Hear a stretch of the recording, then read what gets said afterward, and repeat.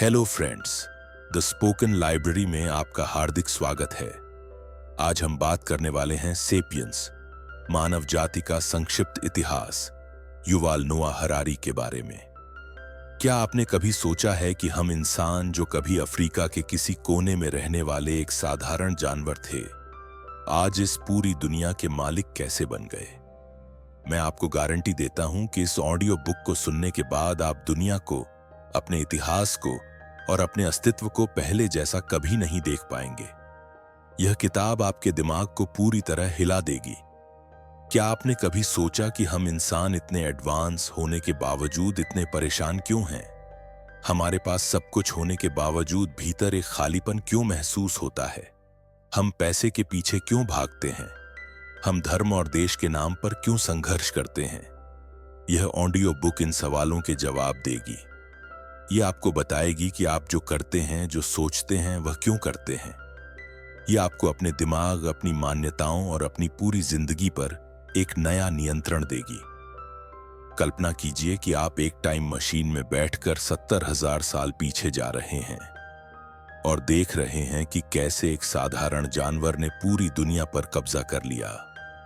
यह audio book उन लोगों के लिए है जो सिर्फ जीना नहीं चाहते, बल्कि अपने अस्तित्व का अर्थ समझना चाहते हैं, जो भेड़ चाल से थक चुके हैं और जानना चाहते हैं कि यह सब कैसे शुरू हुआ।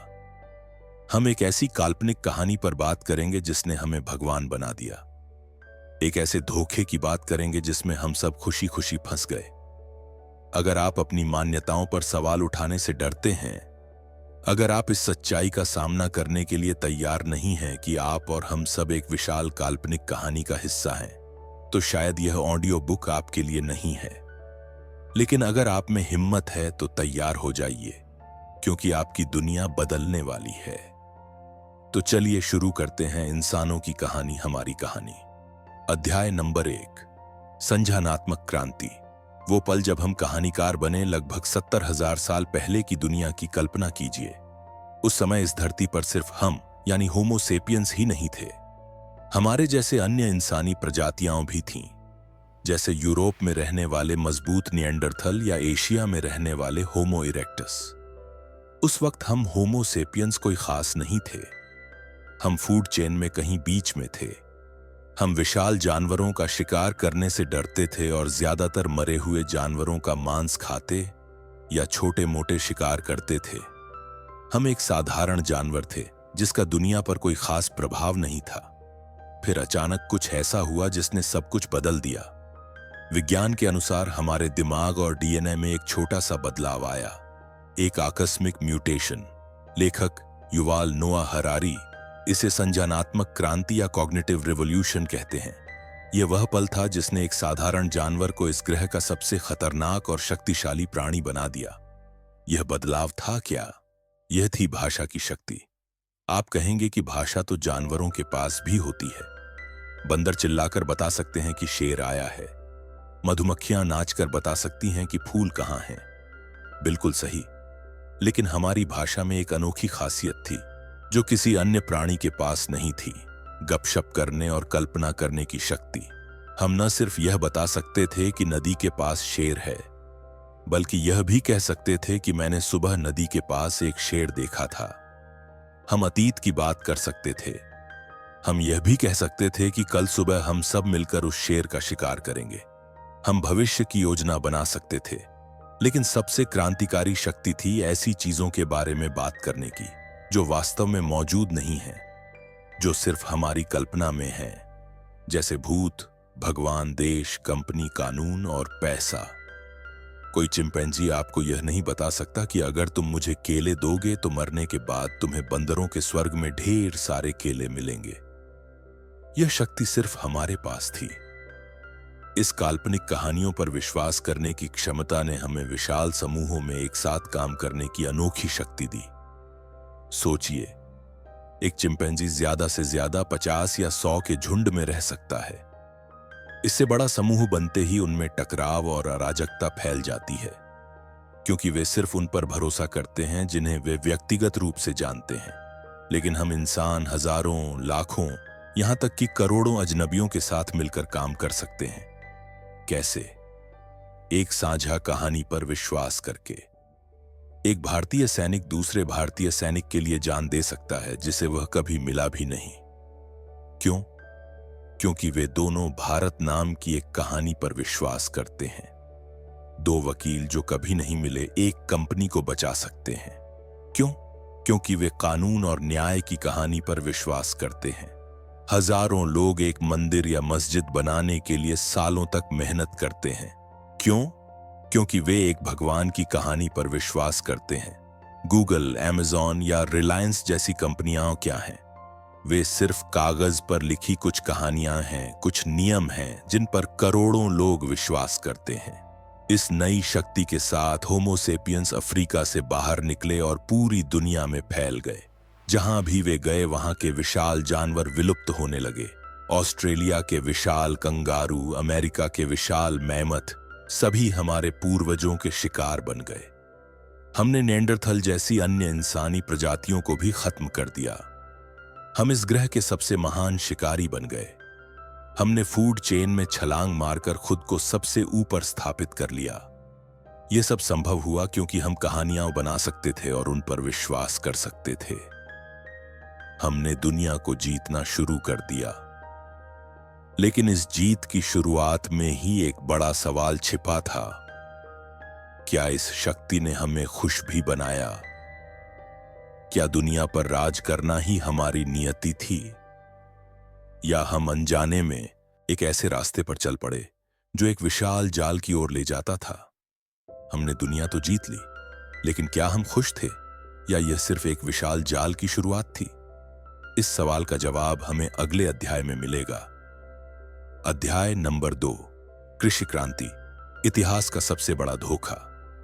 जब हम कृषि क्रांति या एग्रीकल्चरल रिवॉल्यूशन के बारे में सोचते हैं तो हमारे दिमाग में एक सुंदर तस्वीर उभरती है। हमें लगता है कि यह मानवता के लिए एक विशाल छलांग थी। हमने शिकार के लिए भटकना छोड़ दिया, एक जगह बसकर खेती करना सीखा, गांव और शहर बसाए और एक सभ्य जीवन की शुरुआत की। हमें स्कूलों में भी यही सिखाया जाता है कि खेती का आविष्कार मानव प्रगति का प्रतीक था। लेकिन युवाल नोआ हरारी इस धारणा को चुनौती देते हैं। वे कहते हैं कि कृषि क्रांति मानव इतिहास का सबसे बड़ा धोखा थी। यह एक ऐसा जाल था जिसमें होमो सेपियंस आसानी से फंस गए और आज तक उससे बाहर नहीं निकल पाए। यह सुनकर आपको झटका लग सकता है, लेकिन इसे गहराई से समझते हैं। लगभग 10,000 साल पहले तक हमारे पूर्वज शिकारी संग्राहक थे। वे जंगलों में घूमते, शिकार करते, फल और कंदमूल इकट्ठा करते थे। उनका जीवन कैसा था? शोध बताते हैं कि वे हमसे कहीं ज्यादा स्वस्थ और खुश थे। वे दिन में कुछ ही घंटे काम करते थे, बाकी समय वे आराम करने, खेलने और सामाजिक मेलजोल में बिताते थे। उनकी डाइट बहुत विविध थी। वे तरह तरह के फल, सब्जियां और मांस खाते थे, जिससे उन्हें हर तरह के पोषक तत्व मिलते थे। उन्हें भविष्य की कोई चिंता नहीं थी। आज खाना मिल गया, बस काफी था। कल की कल देखेंगे। उनके पास कोई स्थायी संपत्ति नहीं थी, इसलिए चोरी का डर भी नहीं था। उनका जीवन सरल और तनाव मुक्त था। फिर कुछ लोगों ने गेहूं, चावल और मक्के जैसे पौधों को उगाना शुरू किया। उन्हें लगा कि इससे जीवन आसान हो जाएगा। अब खाने के लिए भटकना नहीं पड़ेगा, एक ही जगह पर भरपूर अनाज मिलेगा। लेकिन वे गलत थे। यह एक बहुत बड़ा धोखा था। असल में इंसानों ने गेहूं को नहीं पाला, बल्कि गेहूं ने इंसानों को पालतू बना लिया। सोचिए, गेहूं क्या चाहता है? वह चाहता है कि वह ज्यादा से ज्यादा फैले, उसके रास्ते के पत्थर और कंकड़ साफ हों, उसे दूसरी घास फूस से बचाया जाए, उसे पानी मिले और कीट पतंगों से सुरक्षा मिले। यह सब किसने किया? इंसानों ने। इंसान अब सुबह से शाम तक खेतों में मेहनत करने लगा। वह जमीन जोतता, बीज बोता, घंटों पौधों को पानी देता, जंगली घास हटाता और फसल की रखवाली करता। उसका पूरा जीवन उस गेहूं के पौधे के इर्द गिर्द घूमने लगा। उसकी आजादी छिन गई। उसकी डाइट अब सिर्फ अनाज पर निर्भर हो गई, जिससे उसके शरीर में पोषक तत्वों की कमी होने लगी। एक ही जगह रहने और जानवरों के साथ रहने से नई नई बीमारियां फैलने लगीं। फसल खराब होने का मतलब था भुखमरी और मृत्यु। आबादी तो बढ़ी, लेकिन एक औसत किसान का जीवन एक औसत शिकारी संग्राहक से कहीं ज्यादा कठिन, तनावपूर्ण और अस्वस्थ था। इस धोखे का सबसे बड़ा असर हमारे दिमाग पर हुआ। पहली बार इंसान भविष्य के बारे में बहुत ज्यादा चिंतित रहने लगा। अगर बारिश नहीं हुई तो क्या होगा? अगर कीट फसल खा गए तो क्या होगा? अगले साल के लिए बीज कैसे बचाए? ये चिंताएं हमारे दिमाग में घर कर गईं। संपत्ति का कॉन्सेप्ट पैदा हुआ। ये मेरी जमीन है, ये मेरा अनाज है, और जहां संपत्ति आती है वहां असमानता भी आती है। कुछ लोगों के पास बहुत ज्यादा जमीन हो गई और वे राजा बन गए। ज्यादातर लोग उनकी जमीनों पर मजदूरी करने वाले किसान बन गए। समाज में वर्ग बन गए, राजा, पुजारी, सैनिक और किसान। इंसानों के बीच शोषण और अन्याय की शुरुआत यहीं से हुई। हम एक आरामदायक जाल में फंस चुके थे। आबादी इतनी बढ़ चुकी थी कि अब वापस शिकारी संग्राहक जीवन में लौटना असंभव था। हम ज्यादा बच्चों को खिलाने के लिए और ज्यादा अनाज उगाने लगे, और ज्यादा अनाज उगाने के लिए और ज्यादा बच्चे पैदा करने लगे। यह एक ऐसा चक्र था जिससे निकलना असंभव था। तो कृषि क्रांति ने हमें भोजन की सुरक्षा नहीं बल्कि जनसंख्या विस्फोट, कुपोषण, बीमारियां और सामाजिक असमानता दी। हमने आजादी खोकर गुलामी को चुना। यह एक ऐसा सौदा था जो ऊपर से बहुत अच्छा लग रहा था, लेकिन असल में बहुत महंगा साबित हुआ। अब सवाल यह उठता है कि जब लाखों करोड़ों लोग एक साथ एक जगह रहने लगे तो समाज में व्यवस्था कैसे बनी? इन लाखों अजनबियों को एक साथ कैसे लाया गया? उन्हें कैसे नियंत्रित किया गया? यहीं पर इंसानों ने 3 ऐसे जबरदस्त काल्पनिक आविष्कार किए जिन्होंने हमें एक दूसरे से जोड़ा और पूरी दुनिया को एक ग्लोबल विलेज बनाने की नींव रखी। वो 3 आविष्कार क्या थे जो इतने ताकतवर थे कि दुश्मन भी उनके सामने झुक जाते थे? वो कौन सी कहानियां थीं जिन पर पूरी मानवता ने आंख मूंद कर भरोसा कर लिया? इसका जवाब हमें मिलेगा हमारे अगले अध्याय में। अध्याय नंबर 3, मानवता का एकीकरण। पैसा, साम्राज्य और धर्म। कृषि क्रांति के बाद इंसानों की बस्तियां गांवों से शहरों और फिर राज्यों में बदलने लगीं। अब लाखों करोड़ों लोग एक ही सिस्टम का हिस्सा थे, लेकिन एक बहुत बड़ी समस्या खड़ी हो गई। अजनबियों को एक साथ कैसे रखा जाए? उनमें एकता कैसे बनाई जाए? उन्हें कैसे समझाया जाए कि वे सब एक हैं और उन्हें मिलकर काम करना चाहिए? इस समस्या को सुलझाने के लिए मानवता ने 3 बहुत ही शक्तिशाली काल्पनिक व्यवस्थाएं बनाई। ये ऐसी कहानियां थीं जिन पर सबने विश्वास किया, और इन्हीं की वजह से आज की हमारी दुनिया का ढांचा तैयार हुआ। ये 3 महान एकीकरण करता थे: पैसा, साम्राज्य और धर्म। चलिए एक एक करके इन तीनों की अद्भुत शक्ति को समझते हैं। पैसा। पैसे से पहले की दुनिया की कल्पना कीजिए। अगर मेरे पास जूते हैं और मुझे गेहूं चाहिए और आपके पास गेहूं है, तो हम अदला बदली कर सकते हैं। इसे वस्तु विनिमय या बार्टर सिस्टम कहते हैं। लेकिन इसमें बहुत समस्याएं थीं। हो सकता है आपको गेहूं की जरूरत ही ना हो सकता है मेरे पास उतना गेहूं ना हो जितने की कीमत के जूते हैं। यह बहुत जटिल था। इसी समस्या को सुलझाने के लिए पैसे का आविष्कार हुआ। पैसा क्या है? क्या यह सिर्फ कागज का एक टुकड़ा या धातु का सिक्का है? नहीं, पैसा असल में भरोसे की एक व्यवस्था है। यह एक ऐसी कहानी है जिस पर हम सब विश्वास करते हैं। हम इस बात पर भरोसा करते हैं कि मेरे हाथ में जो 500 का नोट है, उसे कोई भी दुकानदार लेकर मुझे उसके बदले सामान दे देगा। वह दुकानदार उस नोट को इसलिए स्वीकार करता है क्योंकि उसे भरोसा है कि कोई और भी उस नोट को स्वीकार कर लेगा। यह भरोसे का एक अंतहीन चक्र है। पैसे की सबसे बड़ी ताकत यह है कि यह सार्वभौमिक है।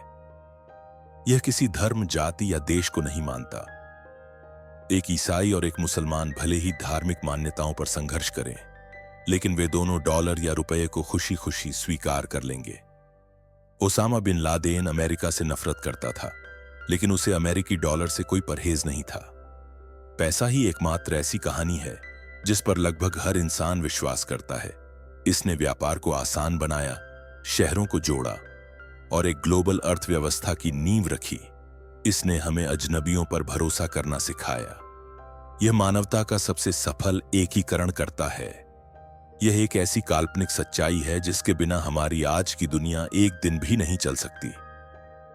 साम्राज्य साम्राज्य का नाम सुनते ही हमारे मन में क्रूर राजा, युद्ध और शोषण की तस्वीरें उभरती हैं। यह सच भी है। साम्राज्यों का निर्माण हिंसा और विजय से हुआ, लेकिन उनका एक दूसरा पहलू भी था। साम्राज्यों ने करोड़ों लोगों को एक ही राजनीतिक छतरी के नीचे ला दिया। उन्होंने अलग अलग संस्कृतियों, भाषाओं और जातियों के लोगों को एक समान कानून, एक समान भाषा और एक समान पहचान देने की कोशिश की। रोमन साम्राज्य ने पूरे यूरोप और मध्य पूर्व को एक कर दिया। मौर्य और मुगल साम्राज्यों ने भारतीय उपमहाद्वीप के एक विशाल हिस्से को एक शासन के तहत लाया। इन साम्राज्यों की वजह से विचार, तकनीक और संस्कृति बहुत तेजी से एक जगह से दूसरी जगह फैली। आज हम जिस दुनिया में रहते हैं, जहां लगभग हर देश में एक जैसी राजनीतिक और कानूनी व्यवस्था है, उसकी जड़ें इन्हीं पुराने साम्राज्यों में हैं। उन्होंने हम और वो की दीवारों को हटाया और एक बड़े एकीकृत हम की भावना पैदा की। धर्म ने पैसे और साम्राज्य से भी एक कदम आगे जाकर काम किया। इसने एक सार्वभौमिक और अलौकिक व्यवस्था का विचार दिया। इसने कहा कि हम सब एक ही ईश्वर की संतान हैं और हमें कुछ नैतिक नियमों का पालन करना चाहिए, जो इंसानों ने नहीं बल्कि किसी दैवीय शक्ति ने बनाए हैं। बौद्ध धर्म, ईसाई धर्म और इस्लाम जैसे सार्वभौमिक धर्मों ने यह संदेश दिया कि उनकी सच्चाई किसी एक देश या जाति के लिए नहीं बल्कि पूरी मानवता के लिए है। इन धर्मों ने करोड़ों अजनबियों को भाईचारे के रिश्ते में बांध दिया। एक स्पेन का ईसाई मोरक्को के किसी ईसाई को अपना भाई समझ सकता था, जिसे वह कभी मिला भी नहीं, क्योंकि वे दोनों एक ही ईश्वर और एक ही कहानी में विश्वास करते थे। धर्मों ने लोगों को एक साझा पहचान और जीवन का एक साझा मकसद दिया। तो पैसा, साम्राज्य और धर्म, इन तीन विशाल कहानियों ने मिलकर बिखरी हुई मानवता को एक साथ पिरोने का काम किया। इन्होंने हमें एक ग्लोबल समाज में बदल दिया। लेकिन कहानी यहीं खत्म नहीं हुई। लगभग 500 साल पहले एक और क्रांति हुई, एक ऐसी क्रांति जिसने इन तीनों की शक्ति को कई गुना बढ़ा दिया और इंसान को प्रकृति के सबसे शक्तिशाली जीव से सीधे भगवान बनने के रास्ते पर ले गई। वो थी वैज्ञानिक क्रांति। लेकिन क्या यह शक्ति, यह भगवान बनने की क्षमता हमारे लिए वरदान साबित हुई, या यह एक ऐसा अभिशाप था जो हमें हमारे ही विनाश की ओर ले जा रहा था? इस रोमांचक सवाल का जवाब हमें मिलेगा अगले अध्याय में। अध्याय नंबर 4, वैज्ञानिक क्रांति। जब हमने कहा हमें नहीं पता, पिछले हजारों सालों से इंसान पैसा, साम्राज्य और धर्म जैसी कहानियों के सहारे जी रहा था। दुनिया के सारे अहम सवालों के जवाब धार्मिक किताबों में माने जाते थे। अगर किसी को कुछ जानना होता तो वह किसी ज्ञानी पंडित या पादरी के पास जाता और वह उसे पवित्र ग्रंथों से जवाब बता देता। यह माना जाता था कि जो कुछ भी जानने लायक है वह पहले से ही लिखा जा चुका है। ज्ञान का स्रोत अतीत में था। लेकिन लगभग 500 साल पहले यूरोप में एक नई और क्रांतिकारी सोच ने जन्म लिया। यह सोच बहुत सरल लेकिन बहुत शक्तिशाली थी। हमें नहीं पता। यही वह पल था जब वैज्ञानिक क्रांति की शुरुआत हुई। इंसान ने पहली बार सामूहिक रूप से अपनी अज्ञानता को स्वीकार किया। हमने माना कि हम ब्रह्मांड, अपने शरीर और इस दुनिया के बारे में बहुत कुछ नहीं जानते, और जो कुछ हम जानते हैं वह भी गलत हो सकता है। यह स्वीकारोक्ति ही वैज्ञानिक क्रांति का इंजन बनी। जब आप मान लेते हैं कि आप नहीं जानते, तभी आप जानने की कोशिश करते हैं। विज्ञान ने कहा कि ज्ञान किताबों में नहीं बल्कि अवलोकन और प्रयोग में है। दुनिया को देखो, उस पर सवाल उठाओ, प्रयोग करो, गणित का इस्तेमाल करो और फिर किसी नतीजे पर पहुंचो। और वह नतीजा भी अंतिम सत्य नहीं है। हो सकता है कल कोई नया सबूत मिले और आपकी थ्योरी गलत साबित हो जाए। इस सोच ने ज्ञान के दरवाजे खोल दिए। न्यूटन ने गुरुत्वाकर्षण के नियम खोजे। डार्विन ने बताया कि हम बंदरों के वंशज हैं। आइंस्टीन ने समय और स्थान के बारे में हमारी पूरी समझ को बदल दिया। अचानक मानवता एक अविश्वसनीय गति से ज्ञान अर्जित करने लगी। हमने सूक्ष्म जीवों की दुनिया खोजी। हमने ब्रह्मांड के रहस्यों को समझना शुरू किया और अपने ही शरीर की जटिल मशीनरी को जानना शुरू किया। लेकिन विज्ञान सिर्फ ज्ञान के बारे में नहीं था, यह शक्ति के बारे में भी था। जल्द ही शासकों और व्यापारियों को समझ आ गया कि वैज्ञानिक ज्ञान उन्हें असीम शक्ति दे सकता है। उन्होंने वैज्ञानिकों को पैसा देना शुरू किया। इस नए रिश्ते ने एक शक्तिशाली चक्र बनाया। विज्ञान ने नई तकनीक को जन्म दिया। तकनीक ने साम्राज्यों और व्यापारियों को और ज्यादा शक्ति दी, और उस शक्ति से मिले पैसे को वापस विज्ञान में लगाया गया।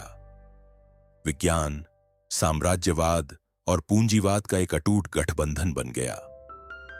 क्रिस्टोफर कोलंबस जब भारत की खोज में निकला तो उसे स्पेन की रानी ने पैसा दिया। जब वह अमेरिका पहुंचा तो उसने उस महाद्वीप पर कब्जा कर लिया। उसके जहाजों पर वैज्ञानिकों और नक्शा बनाने वालों की टीम थी। कैप्टन कुक जब ऑस्ट्रेलिया पहुंचा तो उसके साथ भी वैज्ञानिक थे।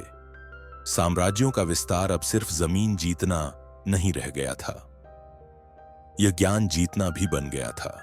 इस क्रांति ने हमारी रोजमर्रा की जिंदगी को पूरी तरह बदल दिया।